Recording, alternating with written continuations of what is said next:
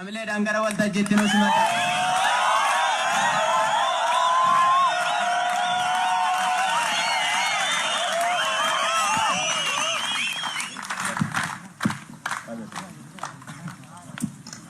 Aya, ol ka'uu dadhabeen ture. Woboo ummata Oromoo jirtu jirraafu as jirra. Kasimiti aya har'a guyyaa waan sadii waliin qabnu kabajataa jirra. Tokko bara haaraa bara 2020 gara bara 2021tti guyyaa ceenee jijjiirraa bara haaraati baga ittiin singaye.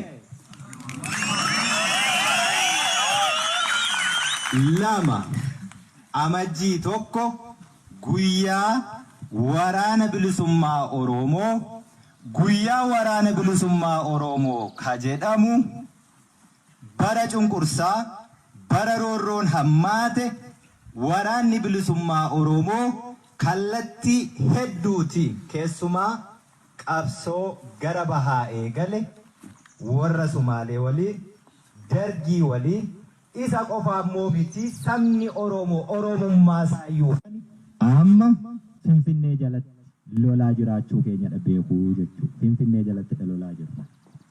Ni qabatta? Ni shakkita? Ni qabanna. Shakkiin tokko iyyuu hin jiru. Xiyyaara isaas argiteetta, taankii isaas argiteetta, diishqaa isaas argiteetta. Homaattuu hin ba'u. Kilaashiin jala siqanii lolanii jechuudha. Isa immoo beektaa muuxannoo isaatti qabdaa. Ati sanaaf cuuphamteetu baate. Yeroon kun immoo yeroo dhaloota kanaati dibata qabnaa, kakuu qabnaa, ni injifannaa jechuudha. Shakkiin qabnu sanarraa tokkoyyuu. Sanarraa shakkii tokkoyyuu hin qabnu jechuudha.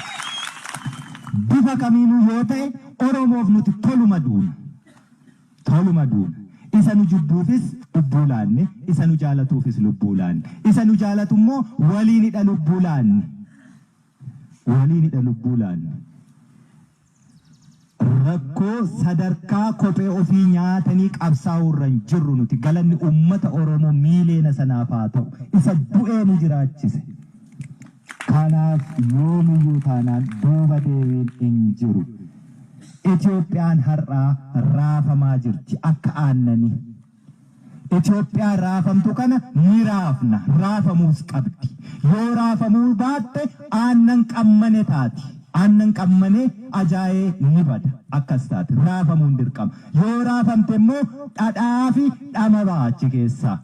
Kanaaf nuti raasnee dhadhaa sana baasuu qabna. Galata nurraan qabdanii galanni keessan bilisummaa Oromoo qe'ee nagaa jiraattan. Daa'imni shamarran hawwan keenya nagaan bobba'anii bishaan dhaqanii qoraan dhaqanii mana baaburaa dhaqanii gabaa bahanii bir'annaa tokko malee nagaan deebi'an nagaa akkasiiti waan ta'eef bilisummaan kan dhufu galanni keessan bilisummaa sana haa ta'u jechuudha. Bakka jirtanitti akkuma si yaamanitti keessummaa isumasin nu keessummeessitan sin keessummeessina iddoo tokkotti nu deemaa jedhanii bakka sanatti deema. Waraanni bilisummaa Oromoo sagantaa erga goolamneetiin booda kallattii kee beekta, bachala kee beekta, bakka irraa dhufte beekta, waan fixatte fuxatte lafarraa buqqisee dhuftetti deebi'i hatattamaan. Asii waan fixatte jennaan nama tokko as keessatti arguu hin barbaadu. Dhagnaan moo baafanne jetteetta? Dhagnaan baafanne? Lolaan dhagnaa baafadhu. Aya yoo xiqqoo dhiichisuu barbaadde immoo inni walal keessaa woboon maal kajeelee? Inni dheessa keessaa woboon maal kajeelee? Inni shiishii keessaa woboon maal kajeelee?